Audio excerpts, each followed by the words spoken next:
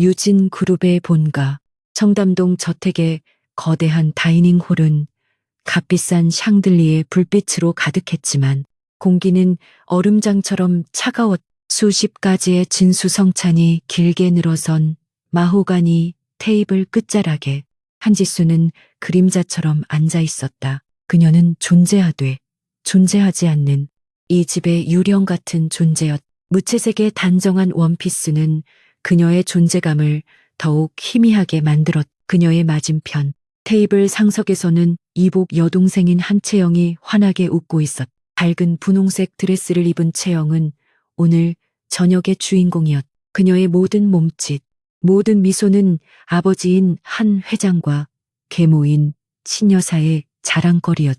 그들은 채영을 유진의 보석이라 불렀고 지수는 그저 그 보석을 빛내기 위한 배경 혹은 가끔은 거슬리는 얼룩일 뿐이었다. 채영아, 이번 파리 패션위크에서 네가 디자인한 드레스가 정말 호평을 받았다더구나. 아빠는 정말 자랑스럽. 한 회장이 묵직한 목소리로 말했. 그의 시선은 채영에게 고정되어 있었. 그 안에는 지수를 향해서는 단 한 번도 보여준 적 없는 따뜻함이 담겨 있었. 지수는 말없이 나이프질을 계속했. 그녀의 접시 위 스테이크는 이미 오래전에 식어 있었. 신여사, 즉 신은경은 우아하게 와인잔을 기울이며 대화를 이어받았. 당연하죠. 여보, 우리 채영이가 누군데요. 재능과 미모, 그리고 무엇보다 착한 심성까지 우리 유진을 이끌어갈 아이는 역시 채영이뿐이에요. 그녀는 말을 하며 의도적으로 지수 쪽을 힐끗 쳐다보았. 그 눈빛에는 경멸과 승리감이 동시에 어려 있었다. 지수는 그 시선을 정면으로 받지 않았. 지난 10수년간 그녀는 이런 노골적인 무시와 경멸을 견뎌내는 법을 터득했. 감정을 드러내는 것은 약점을 보이는 것이고 이 집에서 약점은 곧 먹잇감이 된다는 의미였. 그녀는 완벽한 무표정으로 자신의 존재를 지웠다. 그녀의 심장이 분당 몇 번이나 뛰는지 그들 중 누구도 알지 못했. 오늘 저녁 식사는 단순한 가족 식사가 아니었. 유진그룹의 중요한 프로젝트 성공을 자축하는 자리였지만 지수에게는 또 다른 형태의 고문일 뿐이었. 채영의 성공담이 이어지는 동안 지수는 오직 이 시간이 빨리 끝나기만을 바랐. 하지만 그녀의 바람과는 달리 신여사는 드디어 본론을 꺼내려는 듯 지수를 정면으로 바라보았. 참, 지수야. 신여사의 목소리는 꿀처럼 달콤했지만 그 안에는 독이 숨겨져 있었다. 갑자기 자신의 이름이 불리자 지수는 천천히 고개를 들었. 다이닝 홀의 모든 시선이 순식간에 그녀에게 집중되었. 한 회장의 미간이 불쾌한 듯 살짝 좁혀졌.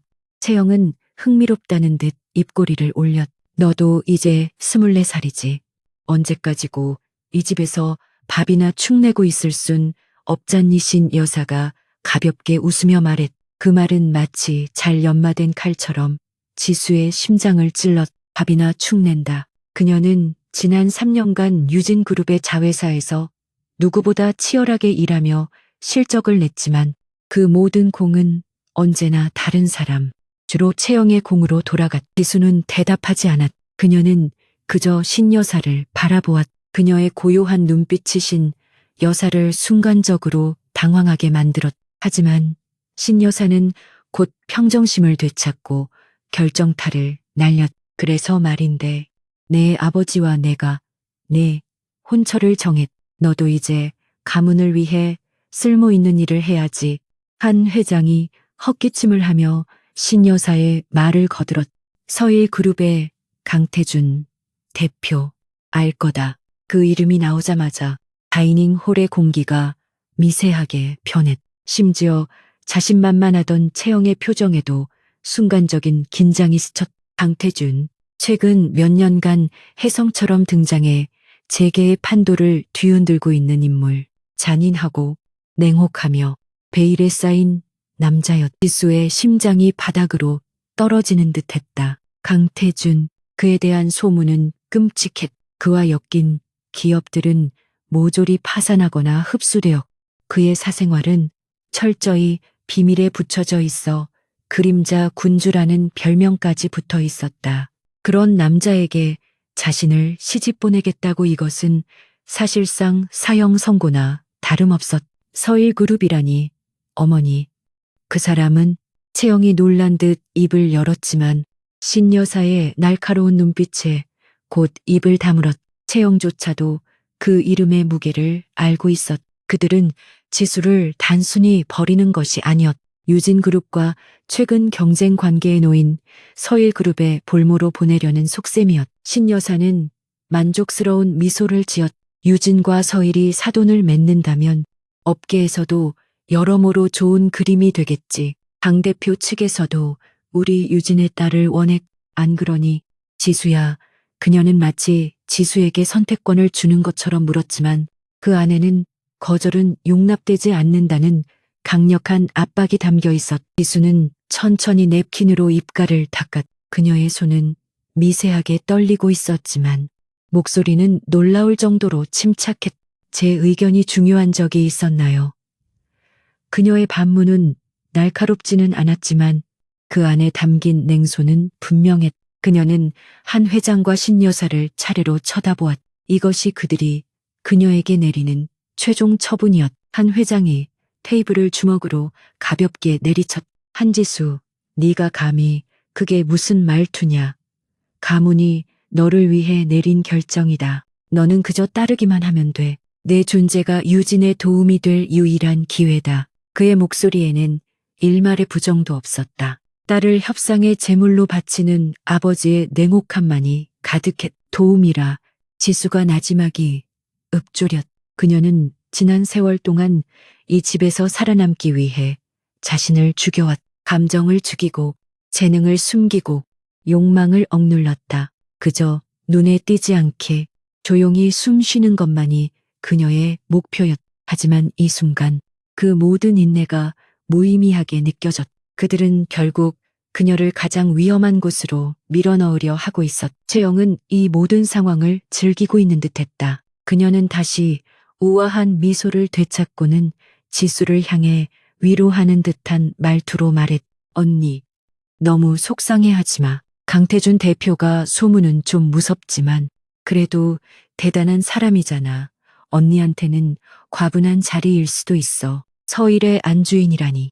정말 꿈만 같겠다. 그 말은 위로가 아닌 잔인한 조롱이었. 지수는 채영을 바라보았. 저 완벽한 미소 뒤에 숨겨진 아기를 그녀는 똑똑히 보고 있었. 채영은 언제나 그랬. 가장 순진한 얼굴로 가장 날카로운 비수를 꽂았. 지수는 더 이상 이 자리에 앉아 있을 이유가 없다고 판단했. 그녀는 천천히 자리에서 일어났. 그녀의 돌발 행동에 모든 시선이 다시 한번 집중되었. 어디 가느냐?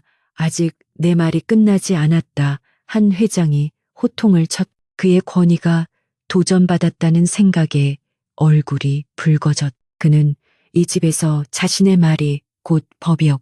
한지수는 그 법을 단 한 번도 거역한 적이 없는 가장 순종적인 인형이었. 그런데 지금 그 인형이 감히 자신의 의지를 보이고 있었다. 지수는 돌아서서 아버지를 바라보았. 그녀의 눈은 더 이상 공허하지 않았.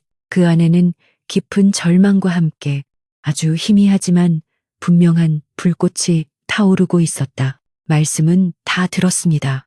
아버님, 결정은 제가 아니라 아버님과 어머님께서 하신 거니까요. 그녀의 목소리는 차분했지만 그 안에는 더 이상 숨길 수 없는 상처가 배어 있었. 저는 이만 들어가 보겠습니다. 소화가 잘 안 돼서요. 지수는 더 이상 그들의 대답을 기다리지 않았. 그녀는 꼿꼿한 자세로 거대한 다이닝 홀을 걸어나갔. 그녀의 등 뒤로 신 여사의 비웃음 섞인 목소리와 한 회장의 분노에 찬 고함이 따라붙었지만 지수는 멈추지 않았다. 그녀의 발걸음은 조금도 흐트러짐이 없었다. 자신의 방으로 돌아온 지수는 문을 잠갔. 방 안은 그녀의 존재처럼 차갑고 삭막했. 최소한의 가구 외에는 아무것도 없는 공간. 그녀는 창가로 다가가 두꺼운 커튼을 젖혔.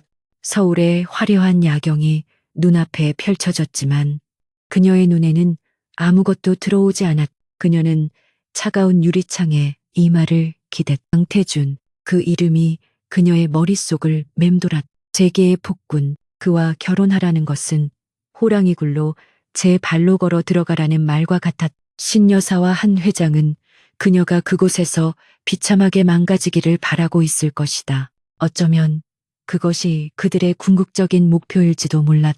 유진 그룹의 방해가 될 수 있는 경쟁자에게 골칫덩어리를 떠넘기는 동시에 눈엣가시 같은 존재를 제거하는 것. 지수는 눈을 감았. 눈물이 흐르지는 않았. 이 집은 그녀의 눈물샘을 오래전에 말려버렸. 대신 심장 깊은 곳에서부터 차가운 분노가 천천히 피어오르기 시작했. 그녀는 언제나 순종적인 딸, 보이지 않는 딸로 살아왔. 하지만 그 결과가 이것이라면 더 이상 그렇게 살 이유가 없었. 그녀는 책상으로 다가가 서랍을 열었다. 안쪽 깊숙한 곳에 숨겨둔 낡은 휴대폰을 꺼냈. 이것은 그녀가 지난 몇 년간 비밀리에 모은 비상금으로 마련한 그녀의 유일한 비밀이었. 그녀는 휴대폰을 켰. 화면이 밝아지며 단 하나의 연락처가 떠올랐. 그녀는 망설임 없이 그 번호로 짧은 메시지를 보냈. 조사가 필요해요. 서일그룹, 강태준. 지금까지 그녀는 방어만 해왔. 하지만 이제 그들은 그녀를 벼랑 끝으로 몰았. 벼랑 끝이라면 추락하기 전에 한 번쯤은 날갯짓을 해봐야 하지 않을까. 강태준이 호랑이라면 자신은 그 호랑이의 목에 걸린 가시가 될 수도 있었다.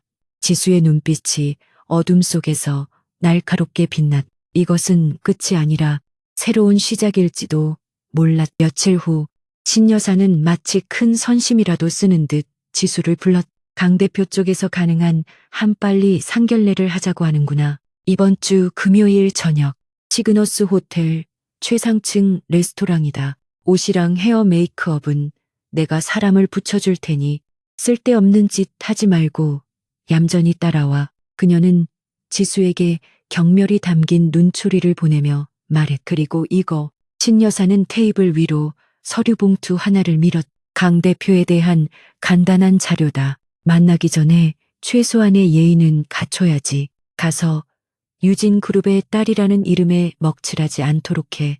비록 네가. 그녀는 말을 끝맺지 않았지만 그 의미는 분명했다. 비록 네가 가짜나 다름없는 존재일지라도. 지수는 말없이 봉투를 집어들었. 그녀는 이미 자신만의 경로로 강태준에 대해 훨씬 더 많은 것을 알아낸 상태였. 32살 평범한 집안 출신으로 자수성가하여 단 10년 만에 서희를 재계 10위권으로 끌어올린 입지전적인 인물. 그리고 알려진 것보다 훨씬 더 거대한 어둠의 네트워크를 쥐고 있다는 소문까지. 금요일 저녁 지수는 신여사가 보낸 스타일리스트들에 의해 완벽하게 꾸며졌. 그녀는 몸에 꼭 맞는 짙은 남색의 실크 드레스를 입었. 화장은 거의 하지 않았지만 그녀 본연의 창백한 피부와 뚜렷한 이목구비가 오히려 더 돋보였. 그녀는 거울 속에 비친 자신의 모습을 낯설게 바라보았. 인형처럼 꾸며진 모습이었지만 눈빛만은 인형의 것이 아니었. 시그너스 호텔 최상층 레스토랑 전체가 통째로 예약되어 있었. 한 회장과 신여사 그리고 채영까지 동석했. 채영은 오늘 자신이 주인공이 아님에도 불구하고 지수보다 훨씬 더 화려한 드레스를 입고 있었. 그녀는 지수를 위아래로 훑어보며 비웃음을 감추지 않았. 어머, 언니, 그렇게 입으니까 조금은 사람 같네. 지수는 대꾸하지 않았다. 그녀의 모든 신경은 곧 도착할 남자 강태준에게 집중되어 있었다. 약속 시간이 정확히 되자 레스토랑 입구가 열리고 한 무리의 남자들이 들어섰. 그리고 그 중심에 압도적인 존재감을 뿜어내는 한 남자가 있었다. 그가 바로 강태준이었. 그는 짙은 회색의 맞춤 슈트를 입고 있었. 키가 컸으며 완벽한 비율을 자랑했. 하지만 지수를 사로잡은 것은 그의 외모가 아니었. 그것은 그의 눈빛이었다. 모든 것을 꿰뚫어보는 듯 깊고 차가운 눈. 그 눈은 방안을 천천히 훑어 한 회장과 신 여사의 아첨하는 미소를 지나 채영의 곁에 어린 눈빛을 무시하고 곧장 테이블 끝에 앉아있는 지수에게로 향했. 그 순간 지수는 숨이 멎는 듯했. 강태준의 시선이 그녀에게 고정되었다. 그 눈빛에는 어떠한 감정도 담겨있지 않은 듯했지만 지수는 그 밑바닥에 깔린 날카로운 흥미를 읽을 수 있었다. 마치 사냥꾼이 오랫동안 찾던 먹잇감을 발견한 듯한 혹은 흥미로운 장난감을 찾아낸 듯한 그런 눈빛이었다. 한 회장이 재빨리 일어나 손을 내밀었. 강 대표님, 이렇게 귀한 시간을 내주셔서 감사합니다. 유진그룹의 한동진입니다. 강태준은 그와 가볍게 악수를 했지만 시선은 여전히 지수에게서 떼지 않았. 그는 천천히 테이블로 다가와 지수의 맞은편 의자를 직접 빼고 앉았. 그의 움직임은 마치 잘 훈련된 흑표범처럼 우아하고 절도 있었다. 한지수 씨라고 하셨나? 그가 입을 열었. 그의 목소리는 낮고 울림이 있었으며 상대방을 압도하는 힘이 있었. 그것은 질문이 아닌 확인이었. 그는 다른 가족들에게는 눈길조차 주지 않고 오직 지수만을 바라보고 있었다. 신여사와 한 회장의 얼굴이 순간 굳어졌. 그들은 이 만남의 주도권이 처음부터 자신들에게 없었음을 깨달았. 지수는 긴장을 감추고 그를 마주 보았.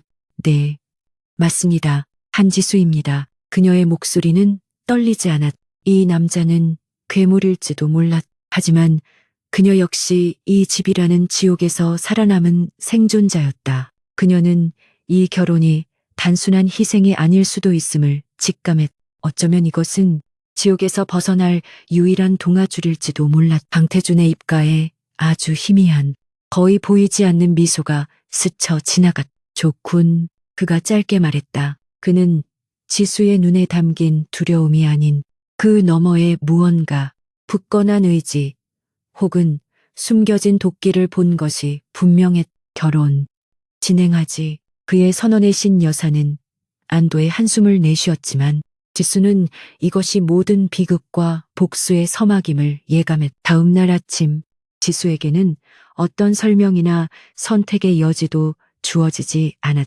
아침 식사 자리에서 신 여사는 오늘 오후 2시 강 대표의 비서가 너를 데리러 올 거다. 결혼식은 일주일 후다. 그 전까지 강 대표의 집에서 지내며 신부 교육을 받도록 해 라고 일방적으로 통보했. 그녀의 말투는 마치 짐을 붙이듯 가벼웠. 한 회장은 신문을 읽는 척하며 이 모든 상황을 묵인했. 지수는 방으로 돌아와 최소한의 짐을 챙겼. 그녀가 이 집에서 가져갈 것은 거의 없었. 낡은 옷 몇 벌과 어머니의 유품인 작은 목걸이뿐이었. 지난밤 그녀가 보낸 메시지에 대한 답장은 아직 오지 않았. 어쩌면 이대로 호랑이, 굴의 제물로 바쳐지는 것일지도 모른다. 하지만 그녀에게는 다른 길이 없었. 정확히 오후 2시 유진그룹 저택의 거대한 철문 앞에 매끄러운 검은색 세단이 멈춰섰다. 차에서 내린 남자는 빈틈없는 슈트 차림의 안경을 쓴 감정을 읽을 수 없는 얼굴의 남자였. 그는 자신을 서일그룹 강태준 대표의 비서실장 김민호라고 소개했. 그는 지수의 작은 짐 가방을 받아들고는 정중하지만 차갑게 차문을 열어주었. 차에 오르자마자 지수는 유진 저택과는 완전히 다른 공기를 느꼈. 차 안은 비싸고 절제된 가죽 향이 났으며 방음 처리가 완벽했. 차가 부드럽게 출발해 저택을 벗어나는 동안 지수는 백미러로 점점 작아지는 집을 바라보았. 24년간 그녀를 가두었던 감옥이었. 이상하게도 시원함보다는 더 큰 불안감이 그녀의 심장을 짓눌렀. 그들은 서울의 중심부, 강남을 지나 서일그룹의 본사, 건물이 있는 여의도로 향했. 서일타워는 최근 완공된 초고층 빌딩으로 유진그룹의 낡은 본관과는 비교도 되지 않을 만큼 위압적이고 현대적이었다. 김 비서는 운전하는 내내 한마디도 하지 않았. 지수 역시 침묵을 지켰다. 그녀는 다가올 만남을 위해 정신을 가다듬고 있었. 지하 주차장을 통해 엘리베이터에 탑승하자 김 비서는 보안 카드를 대고 가장 높은 층의 버튼을 눌렀다. 그곳은 지도에도 표시되지 않은 오직 강태준만을 위한 층이었. 엘리베이터가 상승하는 동안 지수는 가벼운 현기증을 느꼈. 띵 하는 소리와 함께 문이 열리자 광활한 사무실이 눈앞에 펼쳐졌. 사무실이라기보다는 거대한 펜트하우스의 라운지에 가까웠. 한쪽 벽면 전체가 통유리로 되어 있어 서울 시내가 한눈에 내려다 보였. 가구는 최소한으로 배치되어 있었지만 하나하나가 엄청난 고가품임을 알 수 있었. 그리고 그 방의 중심, 통유리 앞에 한 남자가 뒷짐을 지고 서 있었. 어제 레스토랑에서 보았던 바로 그 남자, 강태준이었. 그는 천천히 돌아섰. 어제와 같은 짙은 회색 슈트였지만 넥타이는 매지 않은 편안한 차림이었. 하지만 그에게서 뿜어져 나오는 압도적인 기세는 조금도 줄어들지 않았다. 그의 시선은 어제보다 더 날카롭게 지수를 훑었. 마치 경매장에 나온 물건의 가치를 감정하듯 머리부터 발끝까지 꼼꼼하게 살폈던지. 그가 턱짓으로 맞은편의 거대한 가죽 소파를 가리켰다. 그의 목소리는 낮고 차분했지만 거역할 수 없는 힘이 실려 있었다. 지수는 꼿꼿한 자세로 소파 끝에 걸터 앉았. 김 비서는 지수의 짐 가방을 구석에 조용히 내려놓고는 소리 없이 사무실을 나갔. 이제 이 거대한 공간에는 두 사람뿐이었. 강태준은 바로 앉지 않고 그녀 주위를 천천히 걸었. 맹수가 먹잇감을 살피는 듯한 움직임이었. 지수는 숨을 죽이고 그의 다음 행동을 기다렸. 그는 지수의 시야에서 사라졌다가 다시 나타나 그녀 앞에 티테이블에 얇은 서류철 하나를 던지듯 내려놓았. 유진그룹의 로고가 아닌 서일의 로고가 밝힌 서류철이었. 이게 한지수 씨에 대한 내 평가요. 그가 말했. 지수는 혼란스러운 표정으로 그를 바라보았. 신 여사가 준 서류와는 완전히 다른 것이었. 그녀는 조심스럽게 서류철을 열었. 첫 장을 넘기는 순간 그녀는 숨을 멈췄. 그것은 그녀의 공식적인 이력서가 아니었. 서류에는 그녀가 유진그룹의 자회사인 유진바이오에서 지난 3년간 익명으로 처리했던 프로젝트 목록이 빼곡히 적혀 있었다. 실패 직전에 신약 개발 프로젝트를 되살려낸 것, 경쟁사의 특허를 교묘하게 회피하는 새로운 공정을 설계한 것, 그리고 그 모든 공로를 한채영이나 다른 상사에게 빼앗겼던 기록까지. 작년 3분기 유진바이오는 M3 신소재 개발로 주가가 폭등했지. 공식적으로는 한채영 실장의 공로로 알려졌지만 강태준이 맞은편 소파에 깊숙이 몸을 묻으며 말했. 그의 눈은 지수의 미세한 표정 변화 하나도 놓치지 않겠다는 듯 번뜩였. 실제로는 재무팀의 말단 사원이었던 한지수 씨가 공정 오류를 발견하고 밤샘 작업으로 해결책을 제시했더군. 안 그런가? 지수의 심장이 세차게 뛰기 시작했. 그것은 그녀가 철저하게 숨겼던 비밀이었. 그녀는 살아남기 위해 자신의 능력을 감췄. 눈에 띄는 순간 신여사와 채영의 표적이 될 것을 알았기 때문이었다. 그런데 이 남자는 그 모든 것을 알고 있었. 어떻게? 그녀의 목소리가 자신도 모르게 새어나왔. 유진은 썩었지만 그 안에도 눈은 있지. 특히 돈이 되는 정보를 파는 눈. 강태준은 비웃음을 날렸. 당신 가족들은 당신을 쓸모없는 패물이라 생각하며 나에게 던졌소. 일종의 재물이지. 서일의 시선을 돌리거나 혹은 나를 자극해서 유진에게 유리한 협상 카드를 만들려 했겠지. 그는 몸을 앞으로 숙였. 그들은 치명적인 실수를 했어. 그 집안에서 유일하게 발톱을 숨기고 있는 사람을 하필이면 내게 보낸 거요. 그의 말은 지수에게 충격으로 다가왔. 이 남자는 자신을 희생양이 아닌 발톱을 숨긴 존재로 보고 있었. 경멸과 무시 속에서만 살아왔던 그녀에게 그것은 낯선 평가였. 내가 왜 이런 말을 하는지 궁금하겠지. 강태준이 본론으로 들어갔. 나는 결혼이 필요하오. 하지만 사랑이나 애정 따위로 시간을 낭비할 생각은 없소. 그는 냉정하게 말을 이었. 서일그룹 내부에 나를 끌어내리려는 세력이 있소. 그들은 내가 미혼이라는 점을 약점으로 자신들의 딸이나 친인척을 이용해 나를 통제하려 들지. 그는 서류철에서 또 다른 종이를 꺼내 테이블 위로 밀었. 그것은 한 장짜리 문서였. 제목은 혼인 계약서라고 적혀 있었다. 나는 그들의 시도를 원천 차단할 방패가 필요하오. 명망 있는 가문의 여성이 돼. 그 가문으로부터 자유로운 여자. 나를 배신하지 않고 내 뒤통수를 칠 배경도 없는 여자. 그의 시선이 다시 지수에게 고정되었. 한지수 씨, 당신이 완벽한 조건이오. 당신은 유진의 딸이라는 명분은 주지만 유진은 당신의 편이 아니지. 당신은 나를 배신할 이유가 없소. 오히려 유진에게 복수할 이유가 있다면 모를까. 그는 지수의 속마음을 꿰뚫어 보고 있었다. 이건 거래요. 강태준이 손가락으로 계약서를 가리켰. 1년, 딱 1년만 내 아내의 역할을 해주시오. 공식 석상에 함께 참석하고 서일의 안주인으로서 필요한 최소한의 의무를 다하면 돼요. 그 대가로 나는 당신에게 2가지를 주겠소. 그는 손가락 2개를 펴보였. 첫째, 유진 그룹으로부터의 완벽한 보호. 당신이 내 아내가 되는 순간 한 회장도 신여사도 당신 머리카락 하나 건드리지 못할 거요. 그의 목소리에는 절대적인 자신감이 담겨 있었. 둘째, 자원.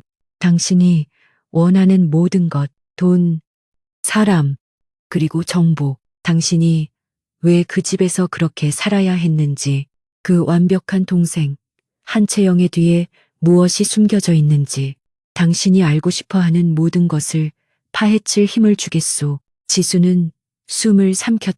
이것은 그녀가 상상했던 것 이상이었. 그는 그녀를 단순한 볼모로 잡으려는 것이 아니었. 그는 그녀의 가치를 정확히 꿰뚫어 보고 그녀가 가장 원하는 것을 협상 카드로 내밀었. 지옥에서 벗어날 동아줄이 아니라 지옥을 불태울 화염을 손에 쥐어주겠다는 제안이었. 그녀는 차갑게 식어가는 머리로 빠르게 계산했. 이 남자는 위험했. 하지만 한 회장과 신여사 밑에서 서서히 말라 죽는 것보다는 이 위험한 남자와 손을 잡고 불길 속으로 뛰어드는 것이 좋았. 그녀는 계약서를 천천히 읽어내려갔. 조항은 간단 명료했.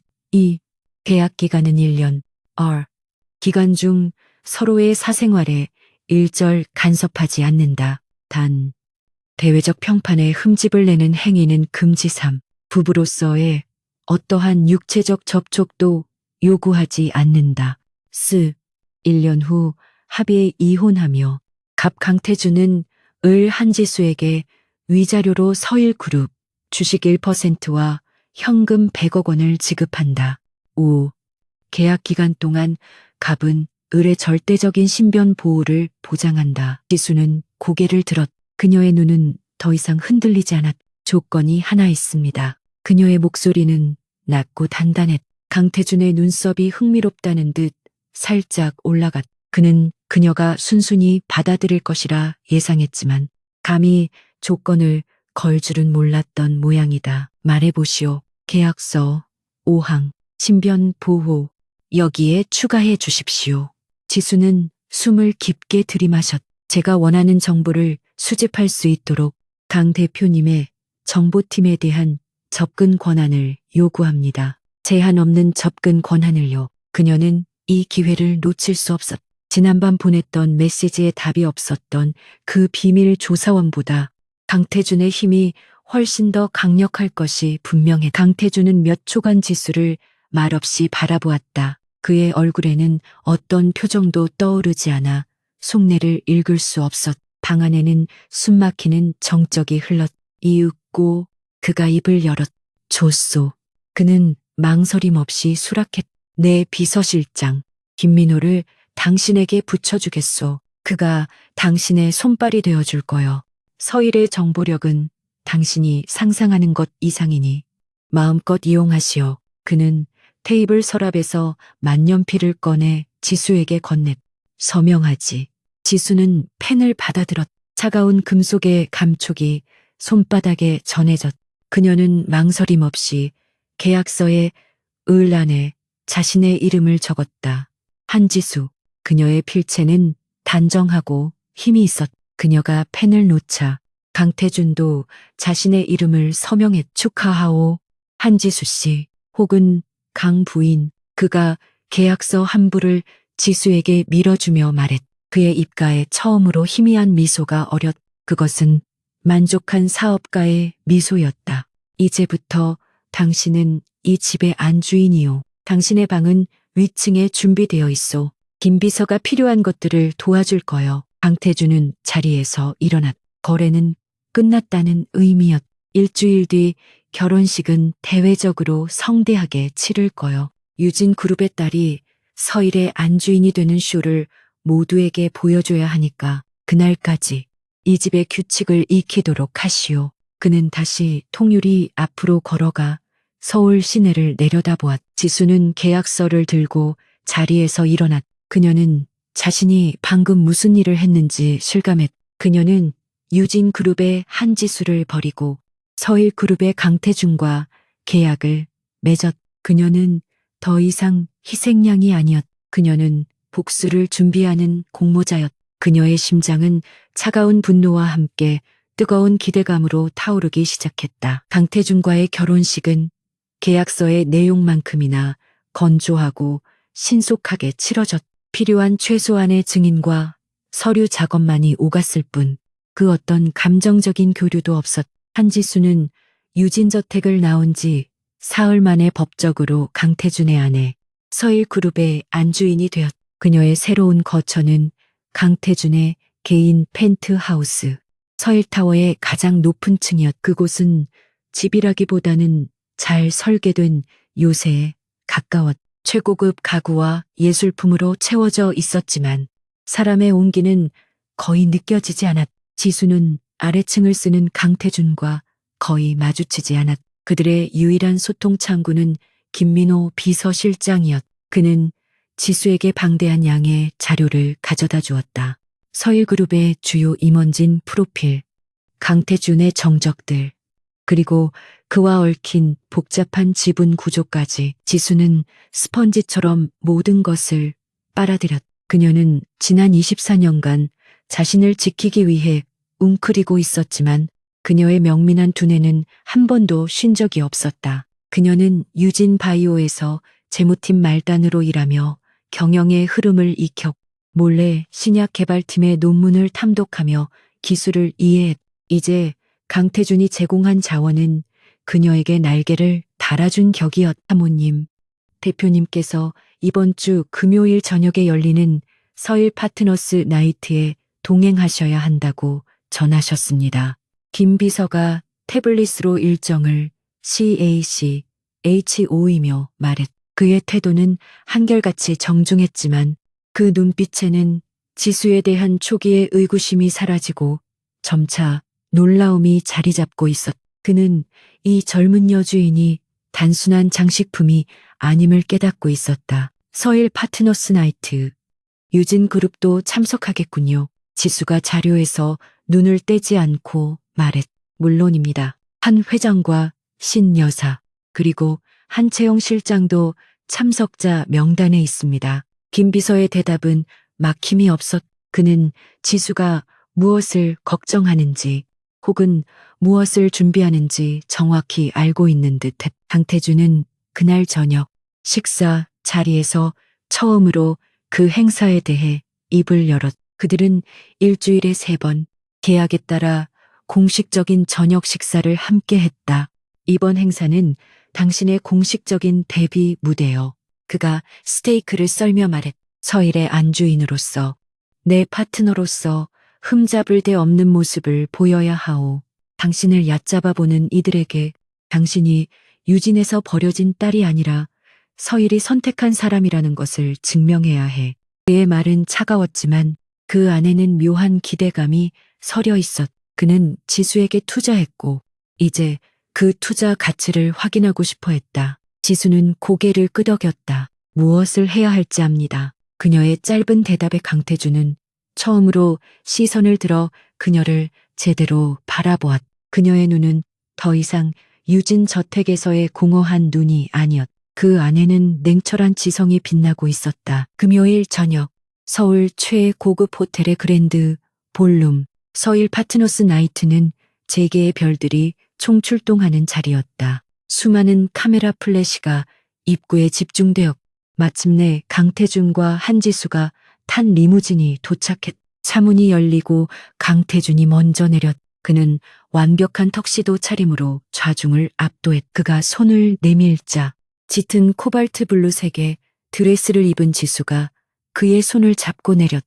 그 순간 모든 기자들과 하객들의 숨이 멎는 듯했다. 그들이 예상했던 것은 유진 그룹의 그늘에 가려진 초라하고 겁에 질린 여자가 아니었다. 지수는 우아하면서도 지적인 기품을 뿜어냈다. 화려한 보석 대신 그녀의 눈빛이 그 어떤 장신구보다 빛났다. 저 여자가 한지수라고 유진의 버려진 딸이라더니 소문과는 완전 딴판인데. 강태준 대표 옆에 서니 마치 원래 한 쌍이었던 것처럼 어울려 하객들의 수군거림이 파도처럼 밀려왔다. 강태준은 만족스러운 듯 지수의 허리에 가볍게 손을 둘렀고 두 사람은 당당하게 볼룸 안으로 들어서 그들의 등장을 가장 격렬한 눈빛으로 바라보는 이들이 있었다. 바로 한 회장과 신여사, 그리고 한채영이었다. 신여사는 질투와 분노로 얼굴이 미세하게 떨렸고 한 회장은 자신이 헐값에 팔아넘긴 물건이 예상외의 가치를 보이자 당혹스러워했다. 그리고 한채영, 그녀는 지수를 향한 노골적인 저기를 감추지 못했다. 채영은 오늘을 위해 그 누구보다 화려하게 치장했다. 순백색의 드레스는 그녀를 천사처럼 보이게 했지만 그녀의 눈빛은 악마의 그것이었다. 그녀는 지수가 강태준의 옆에서 저렇게 당당하게 서 있는 것을 참을 수 없었다. 그녀는 항상 지수의 위에 군림해야 했고 지수는 언제나 그녀의 발밑에서 비참해야 했다. 파티가 무르익을 무렵 지수는 강태준의 소개로 몇몇 주요 투자자들과 대화를 나누고 있었다. 특히 바이오 산업에 막대한 투자를 하고 있는 K인베스트의 박 회장은 지수에게 깊은 인상을 받은 듯했다. 강 대표의 안목이 탁월하군요. 미모뿐만 아니라 산업에 대한 이해도도 깊으신 것 같습니다. 바로 그때 한채영이 와인잔을 들고 그들 사이로 끼어들었다. 그녀는 특유의 사랑스러운 미소를 지으며 지수의 팔에 가볍게 팔짱을 꼈다. 박 회장님, 우리 언니 칭찬해 주셔서 감사해요. 언니가 유진에 있을 땐 숫기가 없어서 걱정했는데 결혼하더니 많이 달라졌네요. 그 말은 칭찬처럼 들렸지만 사실은 지수가 원래는 별 볼 일 없는 사람이었다고 암시하는 교묘한 깎아내리기였다. 지수는 말없이 미소만 지었다. 박 회장이 흥미롭다는 듯 채영에게 물었다. 아, 한채영 실장, 유진바이오의 M3 신소재 프로젝트 아주 인상 깊게 봤습니다. 업계의 판도를 바꿀 만한 성과더군요. 채영은 기다렸다는 듯이 목소리를 높였다. 그녀는 이 순간을 위해 준비해왔다. 감사합니다. 회장님, 그 프로젝트는 정말 제 자식 같은 아이예요. 초기 단계부터 수많은 난관이 있었지만 제가 밤을 새워가며 연구팀을 독려하고 아이디어를 냈죠. 그녀는 마치 자신이 모든 것을 이룬 영웅인 양 떠벌리기 시작했다. 그녀는 의도적으로 지수를 힐끗거리며 말했다. 그때 우리 언니는 아마 재무팀에서 숫자 계산하느라 바빴을 거예요. 이런 복잡한 연구는 머리 아팠을 텐데. 그렇죠. 언니, 이것은 명백한 공격이었. 공개적인 망신 주기.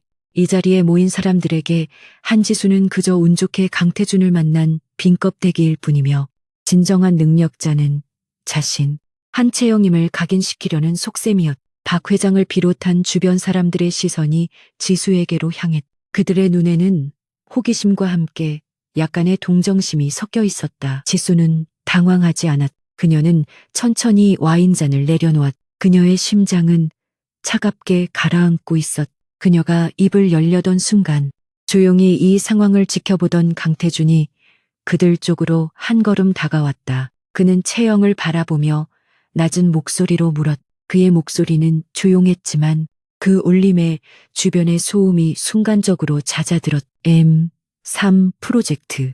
인상적이긴 하더군. 하지만 내가 검토한 바로는 2단계 임상 직전에 치명적인 촉매 안정화 문제에 부딪혔다고 들었소. 강태준의 날카로운 지적에 채영의 얼굴이 순간 굳었. 당시 경쟁사의 특허를 피하면서 안정성을 확보하는 것이 불가능에 가까웠는데 유진은 갑작스럽게 완벽한 해결책을 내놓았지.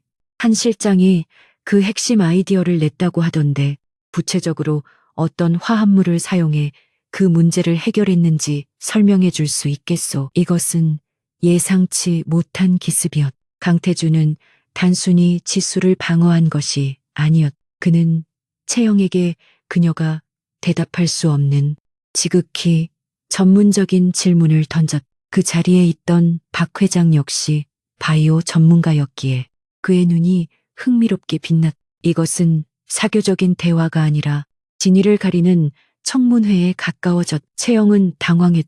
그녀는 그 프로젝트의 얼굴마담이었을 뿐 핵심 기술에 대해서는 아는 바가 거의 없었다. 그 문제는 지수가 해결했지만 그녀는 보고서조차 제대로 읽지 않았던 것이다. 그건 아주 복잡한 화학식이 동원된 기술이라서요. 우리 연구팀의 노고가. 그녀는 말을 더듬으며 핵심을 피해 가려 했었. 그때 지수가 조용히 입을 열었. 그녀의 목소리는 크지 않았지만 모든 사람의 귀에 똑똑히 들렸. 초기 백금 촉매가 안정성 문제를 일으켰죠. 그 문제도 있었고요. 그녀는 박 회장과 강태준을 바라보며 말했다. 모든 시선이 다시 그녀에게 집중되었. 채영은 불안한 듯 지수를 노려보았다. 해결책은 팔라듐, 그래핀 복합체를 이용한 저온 합성 공정이었습니다. 지수는 담담하게 말을 이었. 이 복합체는 백금보다 안정성이 높을 뿐만 아니라 수율을 15% 이상 향상시키고 경쟁사의 특허도 완벽하게 회피할 수 있었죠. 아마 한 실장님은 너무 바쁘셔서 그 세부 보고서를 놓치신 모양입니다. 볼륨 안에는 잠시 정적이 흘렀. 박 회장의 입이 놀라움으로 살짝 벌어졌다. 그가 방금 들은 내용은 재무팀 말단 사원이 알 수 있는 수준의 정보가 아니었. 그것은 프로젝트의 핵심을 꿰뚫고 있는 개발자 혹은 그 이상의 통찰력이었. 그는 채영과 지수를 번갈아 쳐다보았. 진실은 명백했. 채영의 얼굴은 하얗게 질렸. 그녀는 분노와 수치심으로 몸을 떨었. 그녀가 완벽하게 계획한 무대가 한지수에 의해 산산조각이 나버렸. 그녀가 지수를 짓밟으려 할수록 오히려 지수의 영리함만 돋보이게 만든 꼴이 되었. 신여사가 황급히 다가와 채영의 팔을 붙들고 상황을 수습하려 했지만 이미 늦어 있었. 강태준은 지수의 어깨를 감싸 안으며 박 회장에게 말했. 제 아내가 겸손해서 그렇습니다. 유진이 놓친 인재를 제가 운 좋게 얻었지요. 그의 말은 유진 그룹에 대한 노골적인 조롱이었. 박 회장은 크게 웃으며 고개를 끄덕였다. 정말 그렇군요. 강 대표님, 그리고 강 사모님, 나중에 바이오 산업에 대해 심도 있는 대화를 나누고 싶습니다. 파티가 끝나고 펜트하우스로 돌아오는 리무진 안, 지수는 창밖을 바라보며 생각에 잠겨 있었. 그녀는 승리감에 도취된 것이 아니었. 오히려 그녀의 마음속에는 더 큰 의문이 자리 잡기 시작했. 한 채 영의 반응. 그것은 단순히 자신의 공을 빼앗긴 것에 대한 분노가 아니었. 그녀의 눈빛에는 지수가 그 사실을 알고 있다는 것에 대한 공포가 서려 있었다. 마치 절대로 들켜서는 안 될 비밀을 들킨 사람처럼. 왜 한채영은 그 M3 프로젝트에 그토록 집착했을까? 그리고 왜 자신의 능력과 존재를 그토록 필사적으로 지우려 했을까? 이것은 단순한 자매 간의 질투나 경쟁이 아니었. 그보다 훨씬 더 깊고 어두운 무언가가 숨겨져 있었. 오늘 잘했소. 침묵을 지키던 강태준이 말했. 하지만 진짜 전쟁은 이제부터요. 지수는 고개를 돌려 그를 바라보았다. 알아요. 그녀가 낮게 대답했. 오늘 밤의 일은 첫 번째 균열에 불과했다. 유진그룹과 한채영이라는 완벽한 가면에 생긴 첫 번째 금. 그리고 지수는 그 틈을 파고들어 모든 것을 무너뜨릴 준비가 되어 있었. 서일 파트너스 나이트가 끝나고 펜트하우스로 돌아온 지수는 잠을 이룰 수 없었다. 코발트 블루 드레스를 벗어던진 그녀는 서재의 거대한 통유리 앞에 서서 서울의 야경을 내려다보았다. 수많은 불빛이 그녀의 발 아래 있었지만 그녀의 마음은 그 어느 때보다 차갑고 명료했. 오늘 밤 한채영의 눈에서 보았던 것은 단순한 질투나 패배감이 아니었. 그것은 공포였.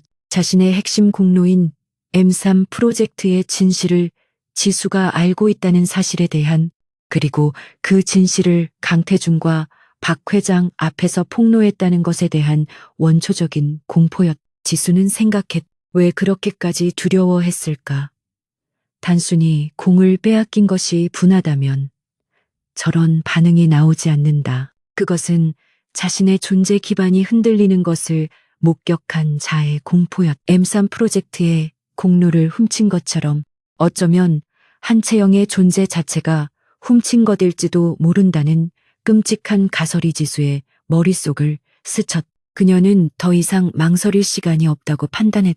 신 여사와 채영은 오늘 밤의 일로 인해 자신을 더욱 경계하고 압박해올 것이 분명했. 그들이 다음 수를 두기 전에 자신이 먼저 움직여야 했. 지수는 곧장 김민호 비서실장에게 연락했. 새벽 3시였지만 김 비서는 즉각 응답했다. 사모님, 무슨 일이십니까? 그의 목소리는 언제나처럼 침착했. 지수는 자신의 목소리도 그만큼 침착하게 유지하려 애쓰며 말했. 조사가 필요합니다. 지금 당장 저와 한채영의 출생 기록 전부를 원합니다. 김 비서는 잠시 말이 없었. 유진그룹의 비즈니스 정보가 아닌 오너 일가의 가장 민감한 개인 정보를 요구한 것은 처음이었. 하지만 그는 강태준의 명령을 기억했다. 그녀가 원하는 모든 것을 주라. 김 비서는 묻지 않았다. 어느 병원입니까? 아마 유진그룹이 후원하던 서울 장로병원일 겁니다. 강태준이 쥐어준 자원의 힘은 지수의 상상을 초월했. 24시간이 채 지나지 않아 김 비서는 보안 처리가 된 두꺼운 파일초를 들고 지수의 서재에 나타났.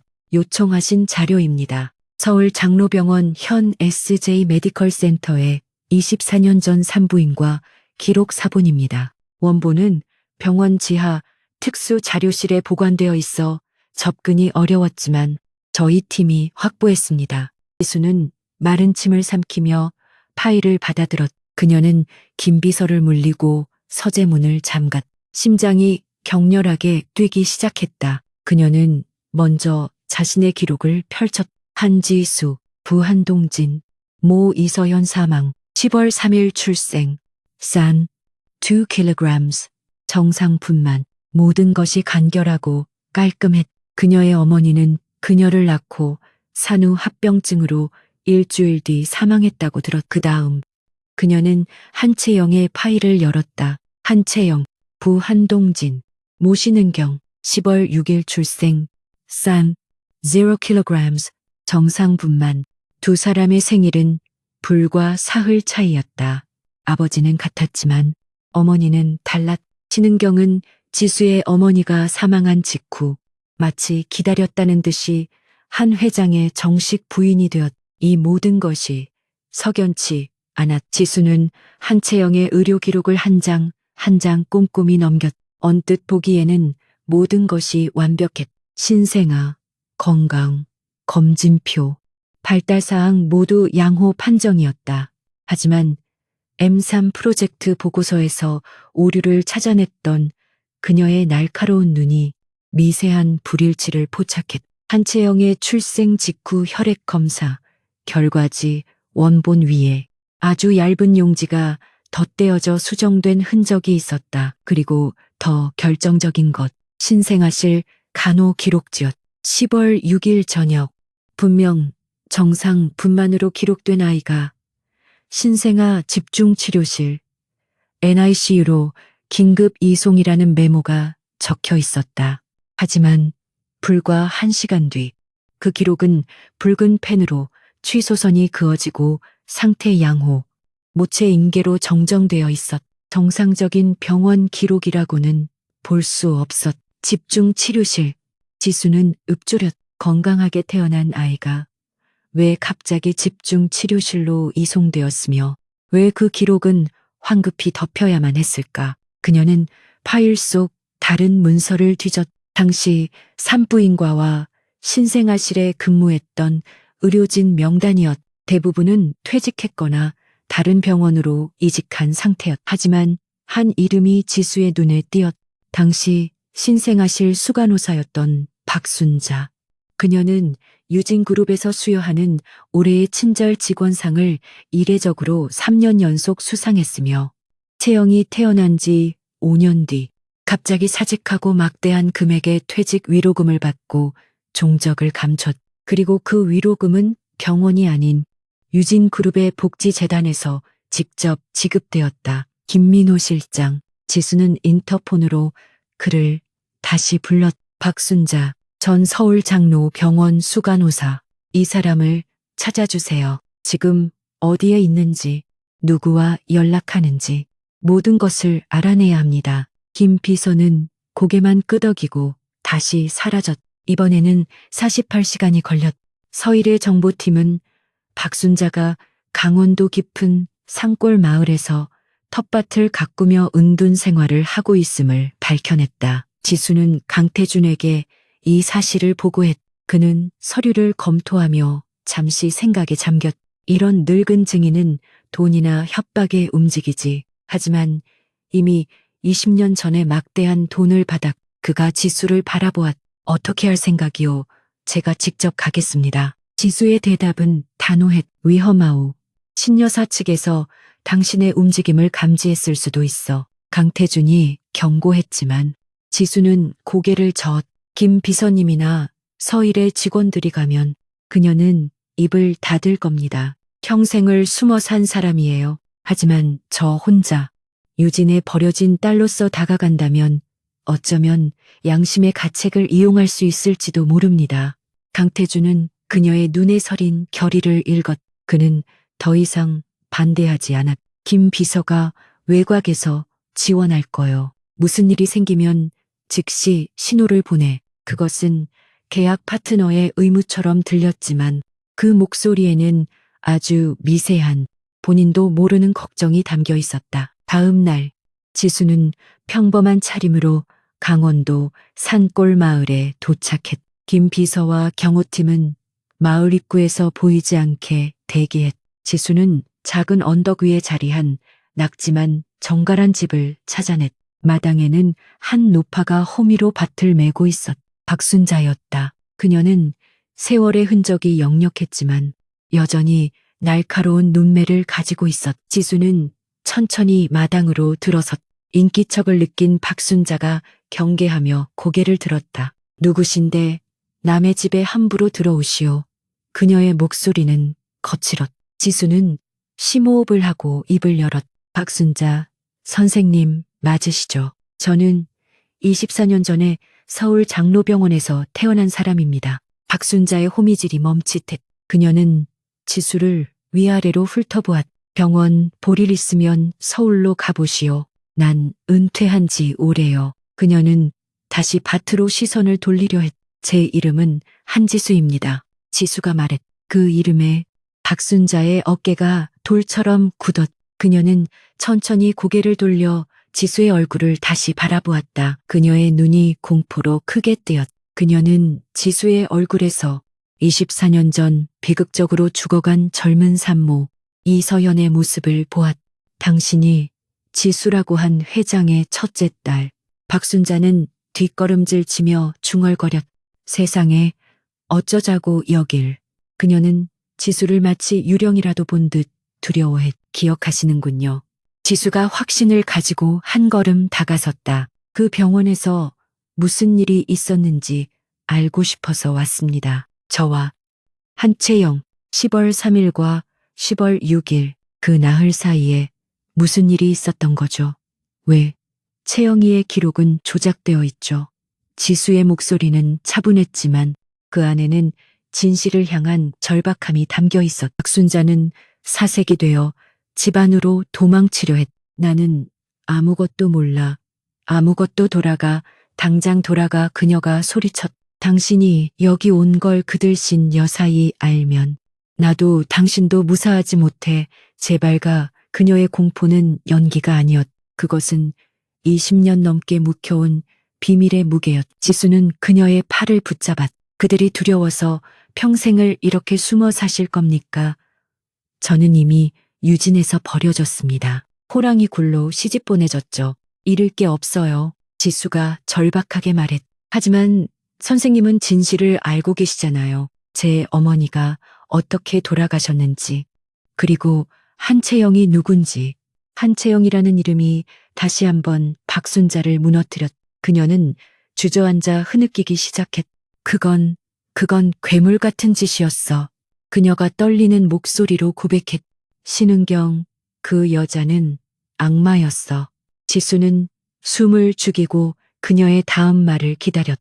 드디어 24년간 굳게 닫혀있던 진실의 문이 열리려 하고 있었. 박순자는 지수를 집 안으로 황급히 끌어들였. 그녀는 사방을 두리번거리며 문을 걸어 잠갔.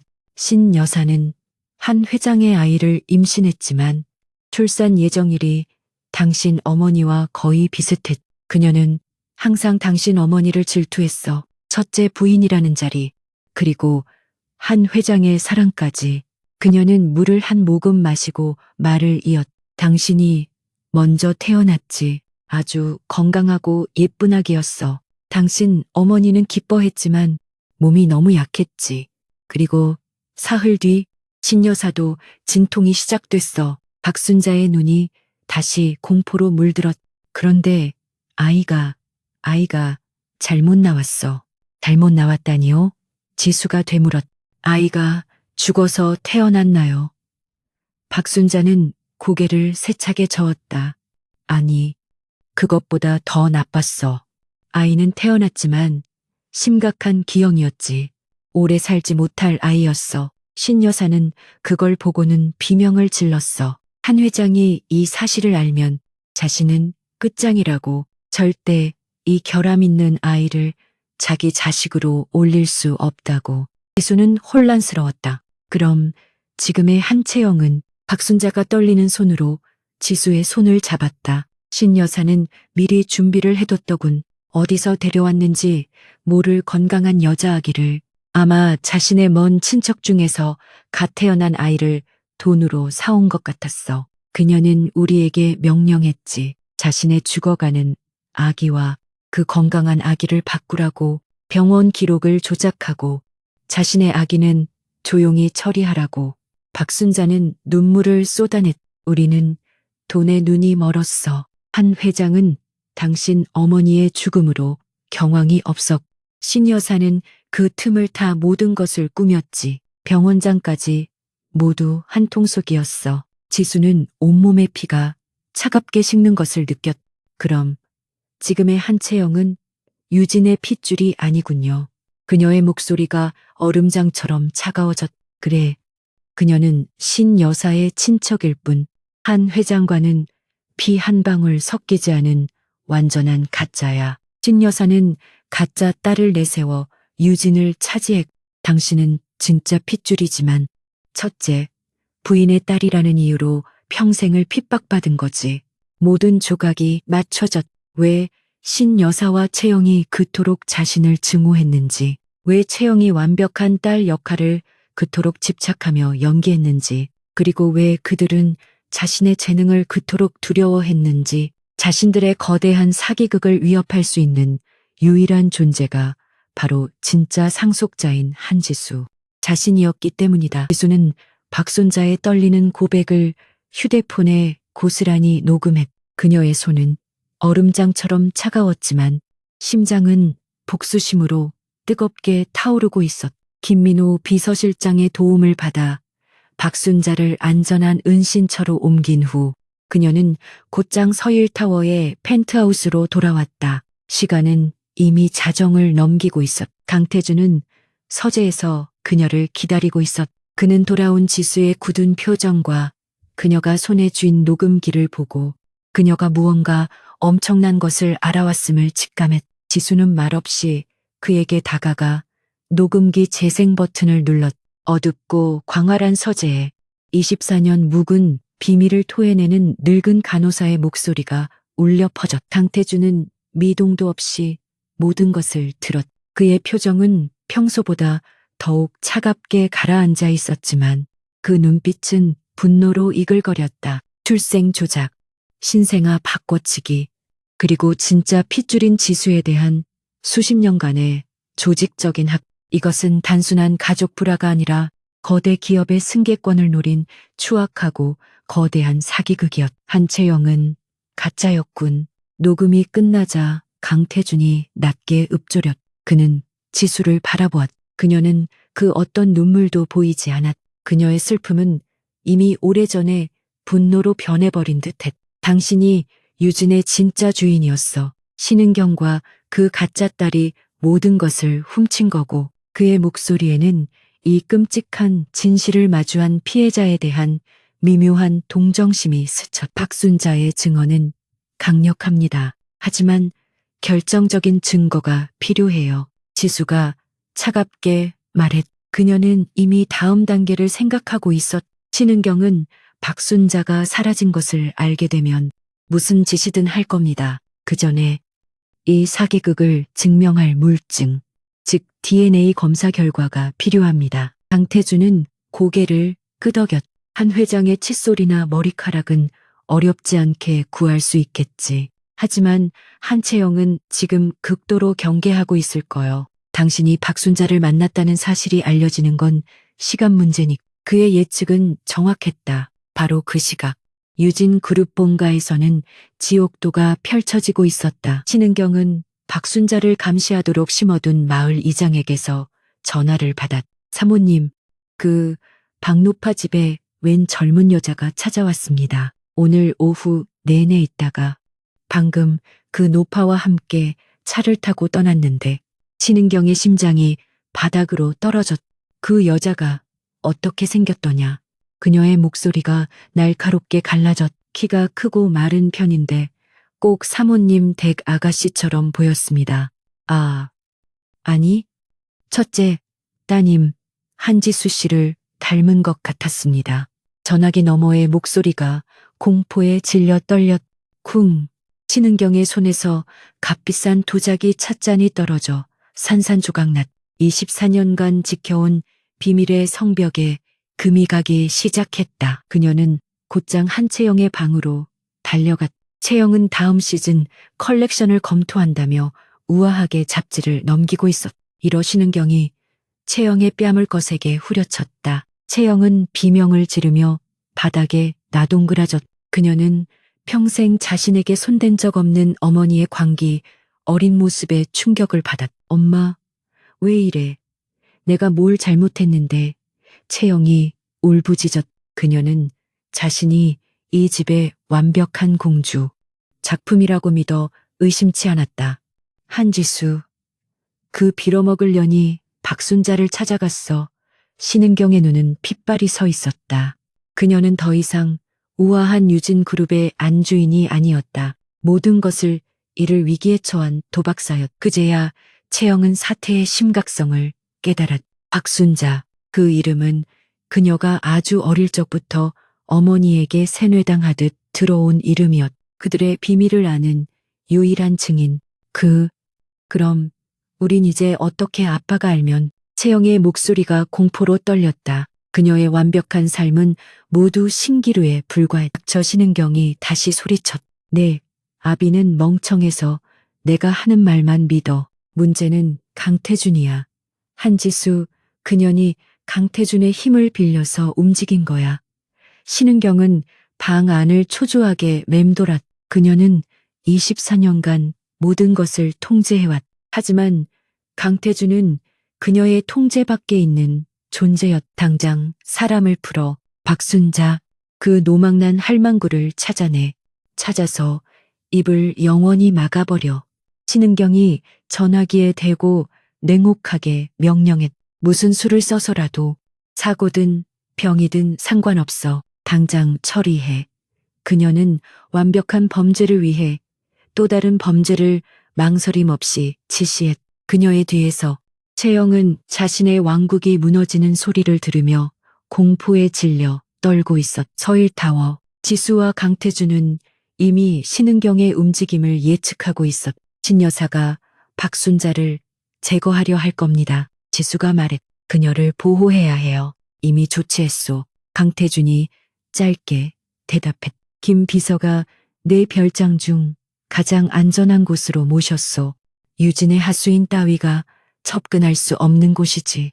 그의 신속하고 철저한 일처리에 지수는 잠시 그를 바라보았. 이 남자는 단순한 사업가가 아니었. 그는 전쟁을 치르는 법을 아는 지휘관이었. 신여사의 시도가 실패로 돌아가면 그녀는 다음 단계로 넘어갈 거요. 강태준이 말을 이었. 그들은 당신과 나를 직접 공격하려 들겠지. 그 전에 증거를 잡아야 합니다. 지수가 결의를 다졌다. 한채영의 DNA가 필요해요. 그녀는 지금 밖으로 한 발짝도 나오지 않을 거요. 어머니 치마폭에 숨어서 떨고 있겠지. 강태준이 비웃었다.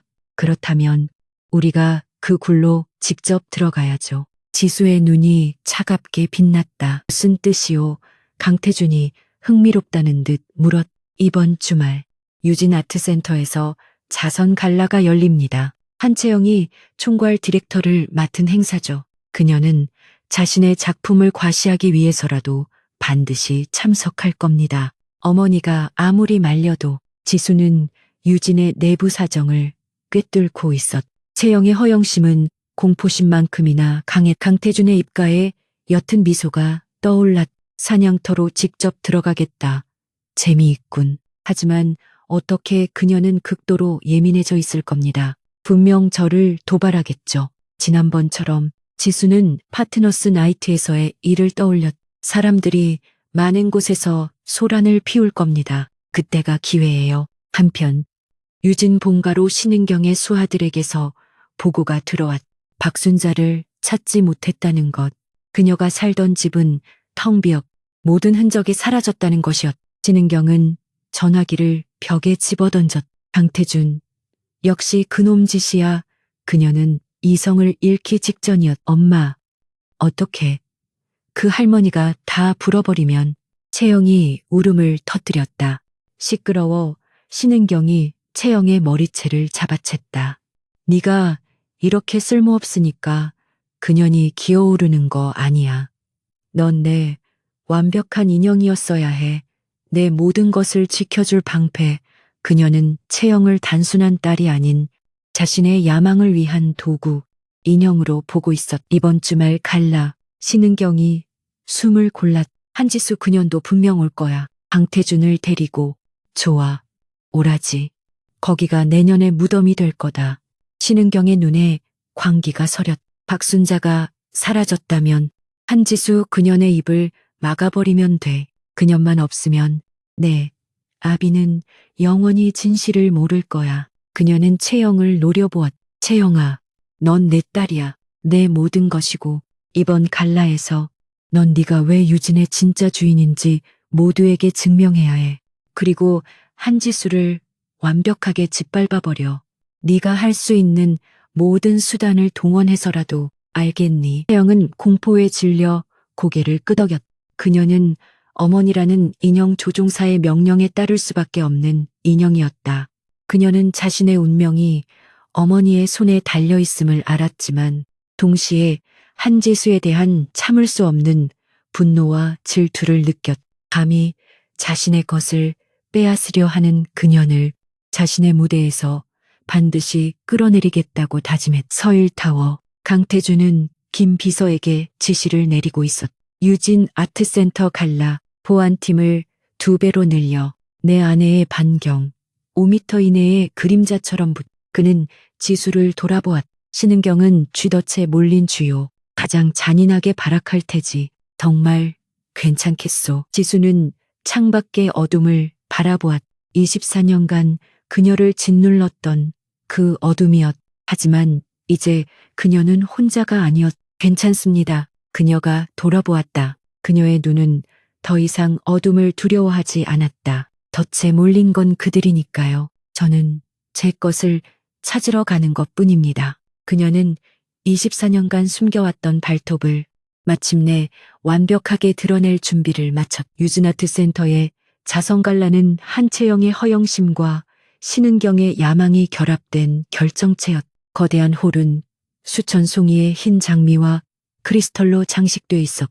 대한민국의 네로라 하는 정재계 인사들이 모두 모여 있었. 공기 중에는 값비싼 향수 냄새와 함께 보이지 않는 긴장감이 팽팽하게 감돌았다. 강태준과 한지수가 홀에 들어서는 순간 모든 카메라 플래시가 그들을 향해 터졌. 지난번 파트너스 나이트 이후 이 부분은 재계의 가장 뜨거운 이슈였다. 강태준은 흠잡을 데 없는 검은색 턱시도를 입었고 지수는 그의 옆에서 칠흑 같은 검은색 벨벳 드레스를 입었. 그녀는 의도적으로 색을 죽여 자신을 그림자처럼 보이게 했. 하지만 그녀의 존재감은 그 어떤 화려한 색보다 강렬했. 오늘 밤 아주 재미있는 연극이 펼쳐질 것 같. 강태준이 지수의 허리에 손을 감으며 낮게 속삭였. 그의 눈은 이미 홀 반대편에 있는 신은경과 한채영, 그리고 그들 주변을 맴도는 서일그룹의 반태준 세력, 박 부회장 무리를 훑고 있었다. 신은경이 자신의 적과 손을 잡았음을 확인하는 순간이었. 지수는 고개를 끄덕였. 연극의 주인공은 제가 아니길 바랄 뿐이죠. 그녀의 시선은 한채영에게 고정되어 있었다. 채영은 창백한 얼굴에 억지 미소를 짓고 있었지만 그 눈은 불안감으로 끊임없이 흔들리고 있었다. 그녀는 어머니라는 조종사에게 모든 것을 위태로운 인형처럼 보였다. 지수는 오늘 밤 저 인형에게서 가장 중요한 증거물을 채취해야 했다. 갈라가 한창 무르익고 사람들이 샴페인에 취해 있을 무렵 지수는 강태준에게 잠시 양해를 구하고 테라스로 향하는 복도로 빠져나왔. 그녀가 예상했던 대로 그림자 하나가 그녀를 따라붙었다. 한채영이었다. 그녀는 더 이상 완벽한 공주를 연기할 여유가 없어 보였. 분노와 공포가 뒤섞인 얼굴이었. 네가 감히 여길 와.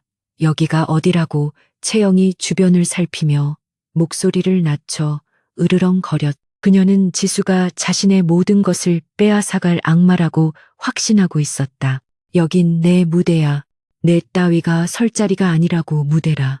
지수가 차갑게 응수했. 네가 주인공이 아닌 가짜가 연기하는 무대 말이니. 닥쳐. 채영은 이성을 잃고 지수의 뺨을 향해 손을 휘둘렀. 하지만 지수는 더 이상 예전의 지수가 아니었. 그녀는 채영의 손목을 가볍게 잡아챘. 채영은 자신의 손목이 강철 같은 힘에 붙잡히자 당황했. 왜 박순자 할머니 이름이라도 불러줄까. 지수의 나직한 속삭임에 채영의 얼굴이 하얗게 질렸. 채영은 공포에 질려 지수를 거칠게 밀어냈. 넌 괴물이야. 우리 가족을 망치려는 악마라고. 그녀는 근처 테이블에 있던 샴페인 잔을 집어들어 마시려다 손이 떨려 입술만 적시고는 그대로 테이블에 거칠게 내려놓았다. 그녀의 붉은 립스틱 자국이 잔 가장자리에 선명하게 남았. 엄마가 널 가만두지 않을 거야. 오늘 밤 여기서 내년의 끝을 보게 될 테니까. 채영은 비틀거리며 다시 홀 안으로 사라졌다. 그녀가 자신의 결정적인 증거를 남겨두고 갔다는 사실도 모른 채 지수는 주위를 빠르게 살폈. 아무도 없었. 그녀는 클러치에서 깨끗한 실크 손수건을 꺼내 채영의 립스틱이 묻은 샴페인 잔을 조심스럽게 감쌌. 잔대를 잡고 지문을 남기지 않으면서 입술이 닿은 부분을 완벽하게 보호했. 그녀는 그것을 클러치 깊숙이 넣었다. 이제 증거는 확보했. 그녀가 홀로 돌아왔을 때 강태준이 걱정스러운 눈빛으로 그녀를 맞았다. 괜찮소니. 지수가 짧게 대답하며 클러치를 고쳐주었다. 이제 그들의 연극을 볼 차례네요. 바로 그 순간 홀의 모든 조명이 꺼지고 무대 위에 스포트라이트가 단상에 선 신은경을 비췄. 그녀는 자애로운 미소를 띠고 있었지만 그 눈은 섬뜩하게 빛나고 있었. 오늘 이 뜻깊은 자리에 와주신 모든 분께 감사드립니다. 신은경의 목소리가 홀 안에 울려 퍼졌. 유진그룹은 언제나 진실과 성실을 바탕으로 성장해왔습니다. 하지만 최근 저희 유진의 근간을 흔들려는 아주 사악한 시도가 있었습니다. 하객들이 웅성거리기 시작했. 이것은 일반적인 자선 갈라의 연설이 아니었. 신은경은 슬픔에 잠긴 듯한 표정으로 지수와 강태준이 서 있는 쪽을 바라보았. 제 딸, 지수에 대한 이야기입니다. 모든 시선이 순식간에 지수에게로 향했. 제 딸이 불행한 결혼 생활의 희생양이 되어 저희 유진을 공격하는데 이용당하고 있습니다. 신은경의 연기는 완벽했. 그녀는 피해자 어머니였. 무슨 소리요? 기자들이 술렁였. 이게 무슨 말입니까? 신 여사님. 신은경은 기다렸다는 듯이 서일그룹의 박 부회장에게 마이크를 넘겼. 박 부회장이 기다렸다는 듯이 단상에 올랐. 그는 강태준의 가장 강력한 정적이었. 서일그룹의 부회장 박진우입니다. 유감스러운 사실을 밝히게 되어 마음이 무겁습니다. 박 부회장은 거대한 스크린을 가리켰. 스크린에는 은행 이체 내역서가 떴. 보낸 사람은 강태준이 관리하는 해외 페이퍼 컴퍼니, 받는 사람은 바로 박순자였. 강태준 대표는 유진그룹을 적대적으로 인수하려는 목적으로 한지수 씨를 이용해 유진 가문에 접근했습니다. 그리고 거액의 돈으로 치매에 걸린 늙은 간호사를 매수하여 유진의 승계 구도를 흔들 끔찍한 거짓말을 만들어내도록 사주했습니다. 홀은 충격에 휩싸였. 이것은 엄청난 스캔들이었다. 재계 12서일 그룹의 대표가 경쟁사인 유진그룹을 무너뜨리기 위해 아내의 가족사를 조작했다는 폭로였다. 신은경이 다시 마이크를 잡았. 강 대표, 어떻게 내 딸을, 당신의 아내를 그런 추악한 일에 앞세울 수 있습니까? 당장 내 딸 지수를 돌려보내고 이 모든 음모를 사죄하십시오. 신은경과 박 부회장의 완벽한 합작품이었. 그들은 지수가 확보한 증언을 매수된 거짓말로 둔갑시켰. 지수를 강태준의 야망에 이용당한 비련의 희생양으로 만들고 강태준을 비윤리적인 기업 사냥꾼으로 매도했다. 동시에 서일그룹 내부에서는 박 부회장이 강태준을 축출할 명분을 얻게 되는 일석이조의 계략이었다. 지수는 온몸의 피가 차갑게 식는 것을 느꼈. 신은경은 그녀가 생각했던 것보다 훨씬 더 교활하고 잔인했. 그녀는 자신의 공격이 이런 식으로 역이용될 줄은 몰랐. 모든 카메라와 모든 시선이 이제 두 사람을 향했. 경멸, 의심, 그리고 흥분. 강태준은 사면초가에 몰렸다. 강태준은 미동도 없었. 그는 이 모든 폭로가 이어지는 동안 그저 무대 위에 신은경과 박 부회장을 차가운 눈으로 바라볼 뿐이었. 홀 안의 모든 이들이 그의 변명 혹은 분노를 기다렸. 박 부회장은 승리를 예감한 듯 비릿한 미소를 지었. 이윽고 강태준이 움직였다. 그는 근처에 있던 스태프에게서 마이크를 건네받았. 그의 움직임은 조용했지만 그가 마이크를 쥐자 홀 전체가 숨을 죽였. 그의 목소리는 낮고 차가웠지만 그 어떤 고함보다 강력하게 홀을 울렸. 박 부회장, 당신은 지금 공식석상에서 당신의 CEO를 모함하고 있소. 그 대가는 각오하는 게 좋을 거요. 그는 내부의 적을 먼저 겨누었다. 그리고 천천히 신은경에게로 시선을 돌렸. 진 여사, 아주 감동적인 연극이었습니다. 하지만 몇 가지 사실관계가 틀렸군요. 그는 무대 쪽으로 한 걸음 다가섰. 첫째, 박순자 간호사는 치매가 아니오. 아주 명료한 정신으로 24년 전에 범죄를 증언했소.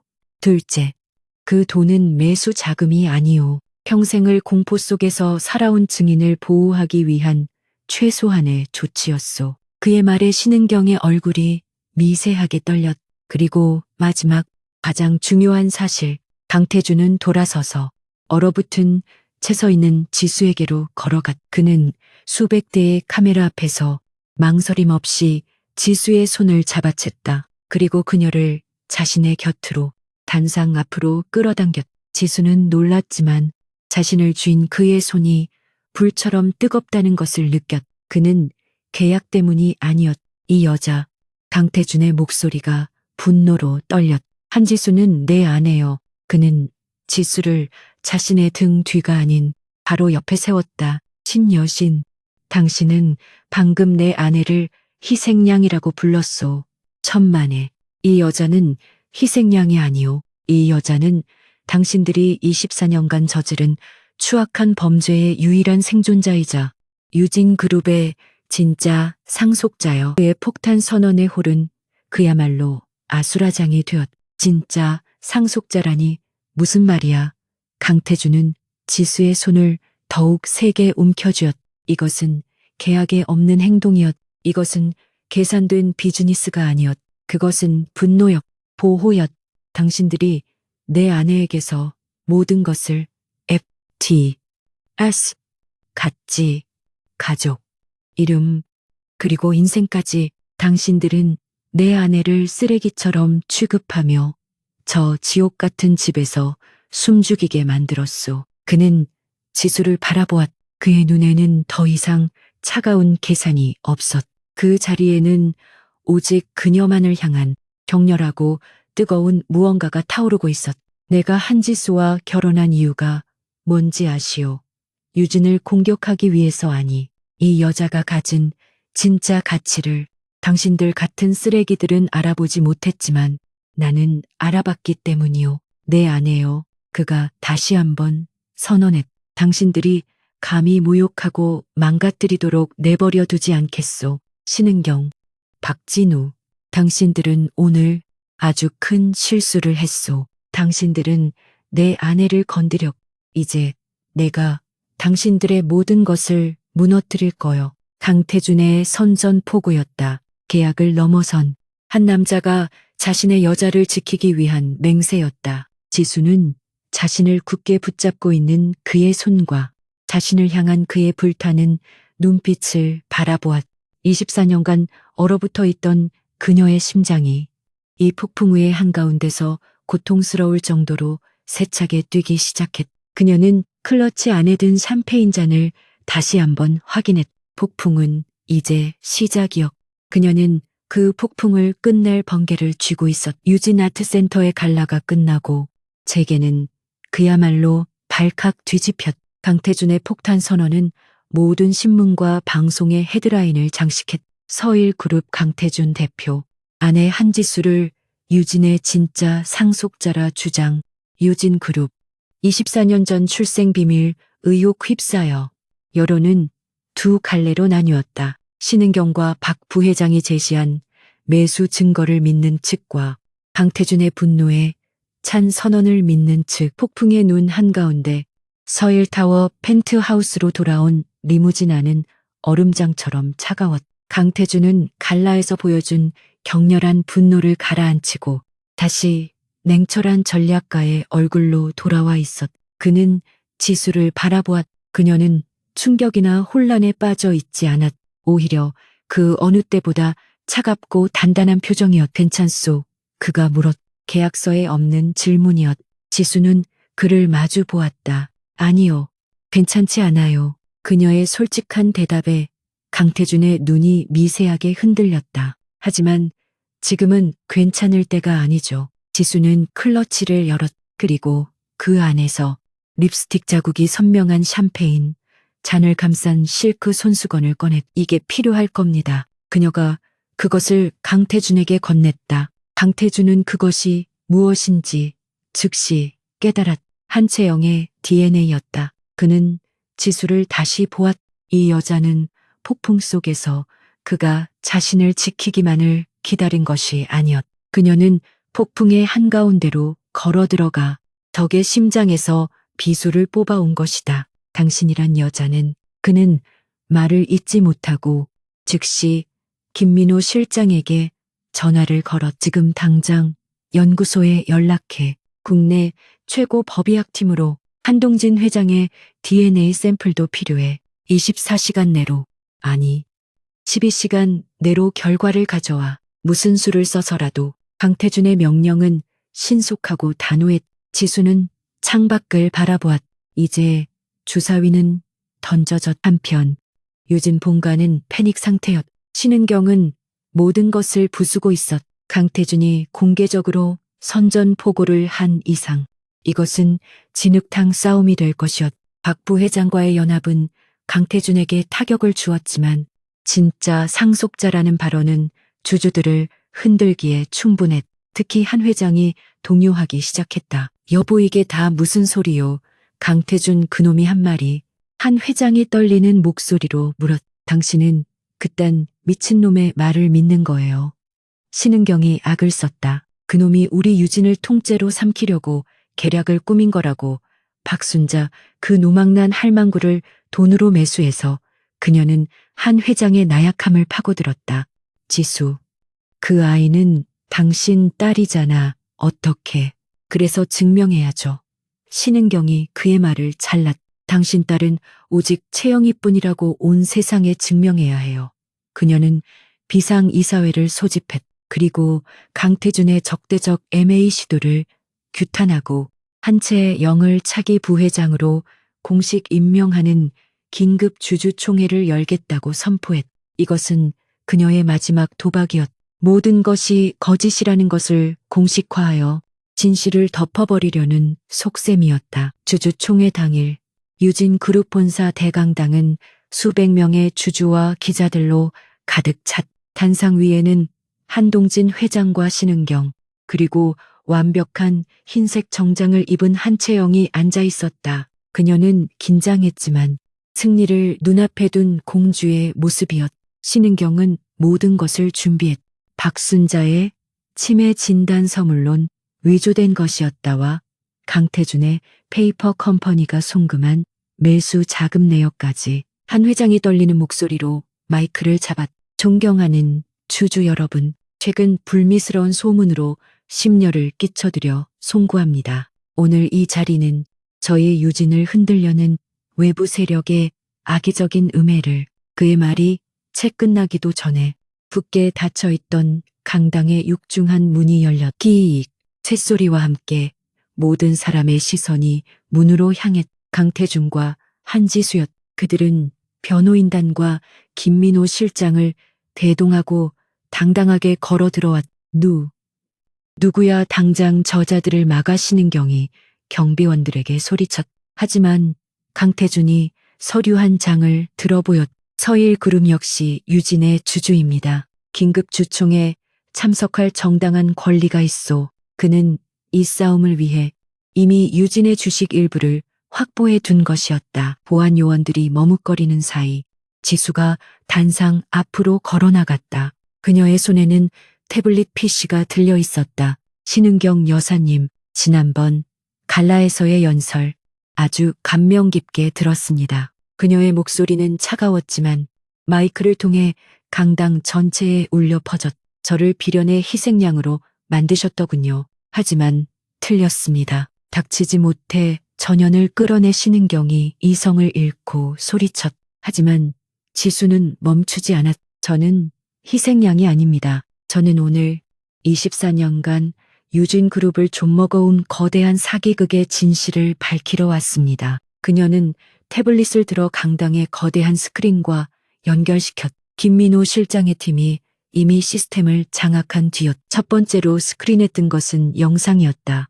안전가옥에 머무르고 있는 박순자 간호사의 모습이었. 그녀는 치매 환자가 아니었. 그녀는 명료한 목소리로 24년 전 그날 밤 신생아실에서 벌어진 끔찍한 바꿔치기 사건을 증언했. 신은경의 협박과 죽어간 신여사의 친딸, 그리고 그 자리를 대신한 가짜 아기에 대해서 당당히 술렁이기 시작했다. 저건 거짓말이야. 조작된 영상이라고 신은경이 비명을 질렀. 박순자는 치매 환자야. 내가 진단서를. 이것도 조작되었습니까? 지수가 다음 자료를 띄웠다. 그것은 신은경의 비밀 계좌에서 24년 전 그리고 최근까지 박순자에게 거액의 돈이 흘러들어간 내역이었. 입막음의 증거였. 한 회장의 얼굴이 잿빛으로 변해갔. 그는 신은경을 공포에 질린 눈으로 바라보았. 여보, 이게 다 아니에요. 아니라고요. 여보. 신은경이 절규했. 한채영은 이미 사시나무 떨듯 떨고 있었. 하지만 증언이나 서류는 모두 위조할 수 있죠. 지수가 싸늘하게 말했다. 그녀는 청중을 둘러보았. 말씀하신 대로 키는 속일 수 없습니다. 마지막 화면이 떴. 그것은 국립과학수사연구원의 공식 DNA 감정 결과서였. 의뢰인 한동진, 대조군일 한채영, 샘플 3패인 잔타액폴 친자관계, 성립 확률 0%, 의뢰인 한동진, 대조군이 한지수 샘플목은 비룰 친자관계 성립, 확률 99, 999. 당당한 순간 숨소리 하나 들리지 않는 침묵에 휩싸였. 모든 것이 명백해졌. 한채영은 가짜였. 한지수가 진짜였다. 0%와 99, 999. 그 숫자는 거역할 수 없는 진실의 선고였.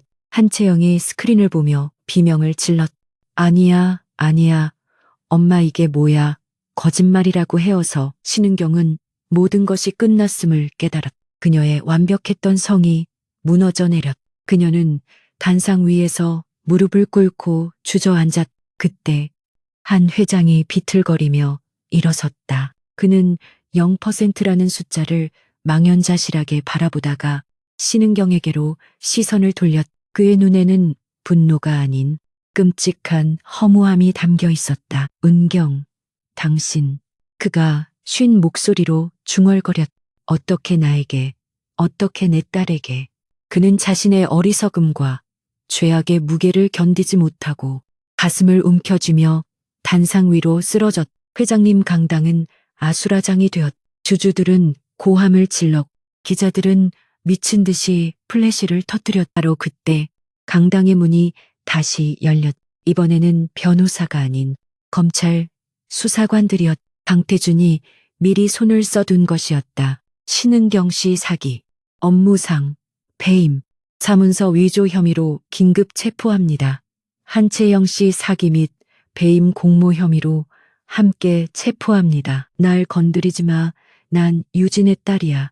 채영이 발악하며 끌려나갔. 이건화, 내가 누군지 알아. 신은경은 더 이상 저항하지 않았. 그녀는 넋이 나간 사람처럼 수사관들에게 끌려가며 지수를 향해 저주를 퍼부었. 내년 때문이야. 네가 모든 걸 망쳤어.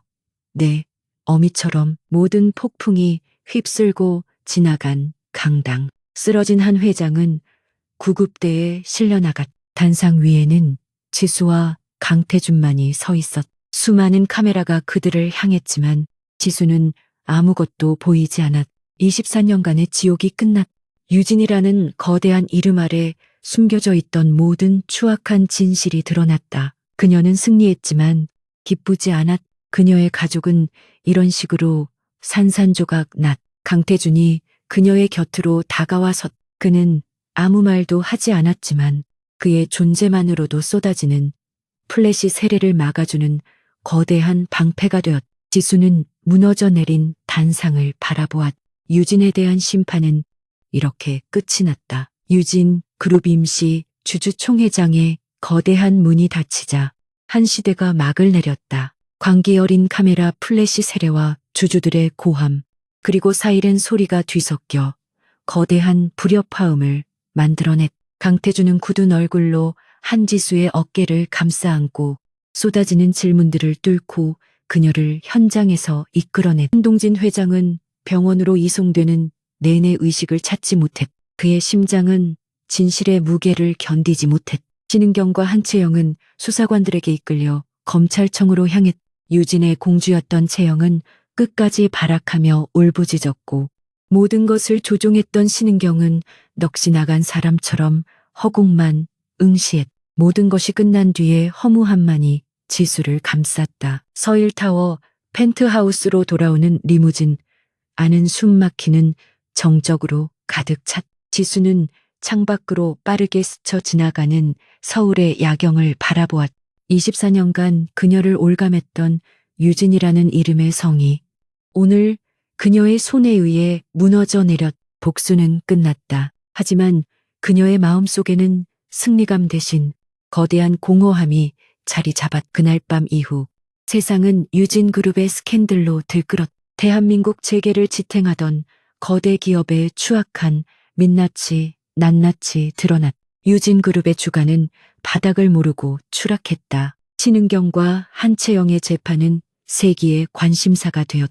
박순자의 증언과 명백한 DNA 증거 앞에서 그들의 변호인은 무력했. 신은경은 모든 혐의에 대해 끝까지 부인했지만 증거 조작, 사기, 횡령, 배임, 그리고 24년 전의 아동유기 및 바꿔치기 혐의까지 더해져 무기징역에 가까운 중형을 선고받았.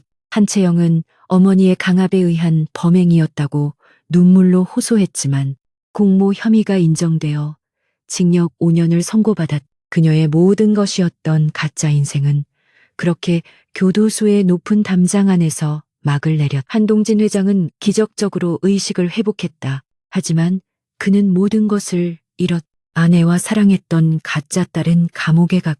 회사는 공중분해될 위기에 처했으며 자신이 평생을 외면하고 학대했던 유일한 핏줄인 지수에게는 씻을 수 없는 죄를 지었. 그는 병실에서 폐인처럼 지내며 지수에게 수십 통의 편지를 보냈지만 지수는 단 한 번도 답장하지 않았다. 유진그룹의 이사회는 무너져가는 회사를 살리기 위해 마지막 카드를 꺼내 들었. 그들은 변호사를 통해 한지수에게 정식으로 연락했. 그녀가 유진의 유일한 적법한 상속자임을 인정하며 그룹의 경영권을 맡아달라고 간청했다.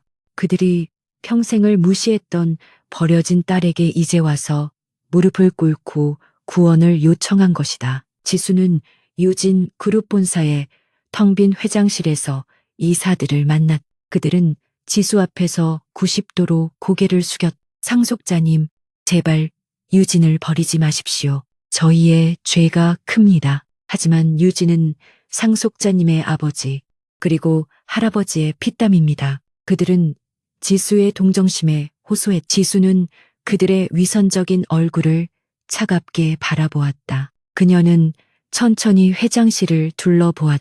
이 자리는 그녀의 어머니를 죽음으로 내몰고 자신의 24년 인생을 지옥으로 만든 모든 음모가 시작된 곳이었.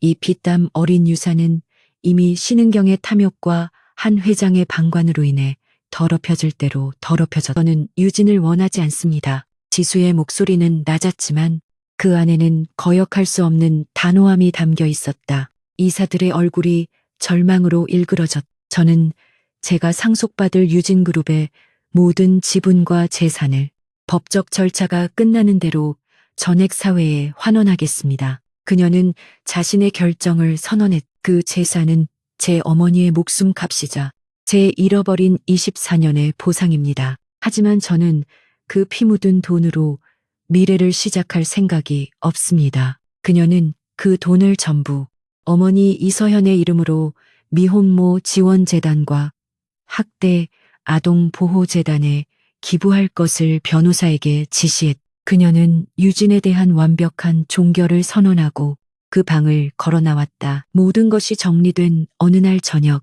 펜트하우스의 공기는 어딘지 모르게 어색했. 유진그룹이라는 공동의 적이 사라지자 두 사람 사이에는 혼인 계약이라는 어색한 현실만이 남았다. 강태준은 지수를 자신의 서재로 불렀. 테이블 위에는 그들이 처음 만났던 날 서명했던 바로 그 혼인 계약서가 놓여 있었다. 모든 것이 끝났소. 한지수 씨, 강태준이 평소처럼 차분한 목소리로 말했다. 하지만 그의 눈빛은 평소와 달리 복잡하게 흔들리고 있었다. 당신은 복수에 성공했. 유진으로부터 완벽하게 자유로워졌소. 그는 계약서 옆에 또 다른 서류 봉투를 내려놓았. 그 위에는 이혼 합의서라고 적혀 있었다. 지수의 심장이 차갑게 내려앉았. 그녀는 이 순간이 올 것을 알았지만 막상 닥치니 숨이 막혔. 계약서 사항에 따라 당신에게 지급될 서일그룹의 주식 1%와 위자료 100억 원입니다. 그리고 이것은 당신의 자유를 위한 서류요. 그가 이혼 합의서를 그녀 쪽으로 밀었. 지수는 서류를 바라보았. 자유. 그녀가 24년간 그토록 갈망했던 것이었. 유진으로부터의 자유. 억압으로부터의 자유. 하지만 지금 그녀 앞에 이 서류가 의미하는 자유는 왠지 모르게 고통스러웠. 그녀는 고개를 들어 강태준을 바라보았. 이것이 당신이 원하는 겁니까? 강태준은 그녀의 돌발적인 질문에 당황한 듯했. 언제나 모든 것을 통제하던 남자가 처음으로 자신의 감정을 들킨 듯 시선을 피했. 이것은 계약의 이행이요. 나는 당신의 선택을 존중하오. 그는 계약 파트너로서의 마지막 의무를 다하려 애썼. 내가 이 서류에 서명하길 바라세요. 강태준 씨, 지수가 다시 물었. 그녀는 그에게 한 걸음 다가섰. 그녀는 더 이상 두려워하거나 숨지 않았다. 갈라에서 당신은 나를 내 아내라고 했습니다. 그것도 계약의 일부였나요? 나를 지키기 위해 당신의 모든 것을 걸었던 것도 전략이었습니까? 강태준은 입술을 깨물었. 그는 천천히 고개를 저었. 아니, 그건 전략이 아니었소. 그가 낮게 고백했다. 나는 당신을 내 방패로 삼으려 했소. 하지만 어느 순간부터 당신은 내 가장 치명적인 약점이 되었고, 동시에 내가 지켜야 할 유일한 이유가 되었지. 그의 목소리가 격정에 휩싸여 떨렸. 그는 테이블을 돌아 지수 앞에 섰. 나는 당신을 이용하려 했지만 오히려 내가 당신에게 구원받았소. 한지수, 당신이라는 여자가 내 얼어붙은 세상에 들어온 순간부터 내 모든 계획은 무의미해졌소. 그는 이혼 합의서를 집어들어 망설임 없이 반으로 찢어버렸다. 나는 이 계약을 파기하겠소. 그가 선언했. 지수는 숨을 죽였. 그는 찢어진 서류를 옆으로 던져버리고 주머니에서 작은 벨벳 상자를 꺼냈. 그는 지수의 눈을 똑바로 바라보며 서서히 한쪽 무릎을 꿇었. 재계의 그림자 군주. 그 오만한 강태준이 그녀 앞에서 무릎을 꿇었. 그는 상자를 열었. 그 안에는 화려하지 않지만 깊고 푸른 사파이어가 밝힌 반지가 있었다. 한지수. 그가 그녀의 손을 잡았. 그의 손은 불처럼 뜨거웠. 이것은 계약이 아니오. 거래도 아니오. 내 진심이오. 24년간 어둠 속에 숨어있던 당신을 이제는 내 세상의 유일한 빛으로 삼고 싶소. 나와 결혼해주겠소. 서류상의 아내가 아니라 내 진짜 아내로. 그의 목소리는 애원으로 가득 차 있었. 지수는 자신도 모르게 흐르는 눈물을 느꼈. 그것은 슬픔이나 분노의 눈물이 아니었다. 태어나 처음으로 느껴보는 완전한 행복과 해방의 눈물이었. 그녀는 천천히 고개를 끄덕였. 네, 태준 씨.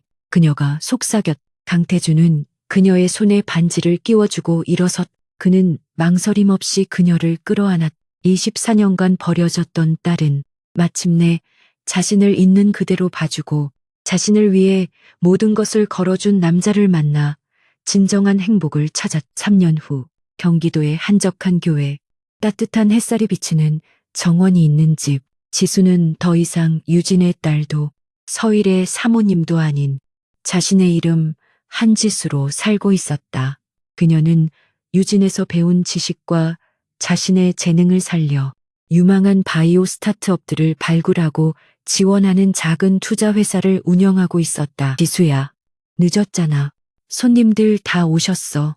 정원에서 강태준의 목소리가 들렸. 그는 넥타이를 느슨하게 풀고 앞치마를 두른 채 바비큐 그릴 앞에서 연기를 피우고 있었다. 서일그룹의 냉혹한 대표는 온데간데없 아내의 친구들을 대접하기 위해 고군분투하는 남편만이 있었다. 지수는 웃으며 정원으로 나갔. 그곳에는 그녀가 재단을 통해 만난 친구들과 그녀가 후원하는 회사의 젊은 연구원들이 함께 웃고 떠들고 있었. 그녀는 더 이상 그림자 속에 숨지 않았. 그녀는 자신의 세상의 중심이 되어 빛나고 가고 있어요. 지수가 태준의 곁으로 다가가 그의 뺨에 입을 맞췄. 그녀는 생각했다. 가족이라는 이름으로 자신을 짓밟았던 이들. 그들은 그녀에게서 모든 것을 빼앗아갔다고 생각했지만 오히려 그들은 그녀에게 가장 소중한 것을 주었. 진정한 자신을 찾을 용기와 진짜 행복을 알아볼 수 있는 눈, 그리고 이 남자, 강태준을 지수는 자신을 안아주는 남편의 품에 기대어 눈부신 오후의 햇살을 만끽했다.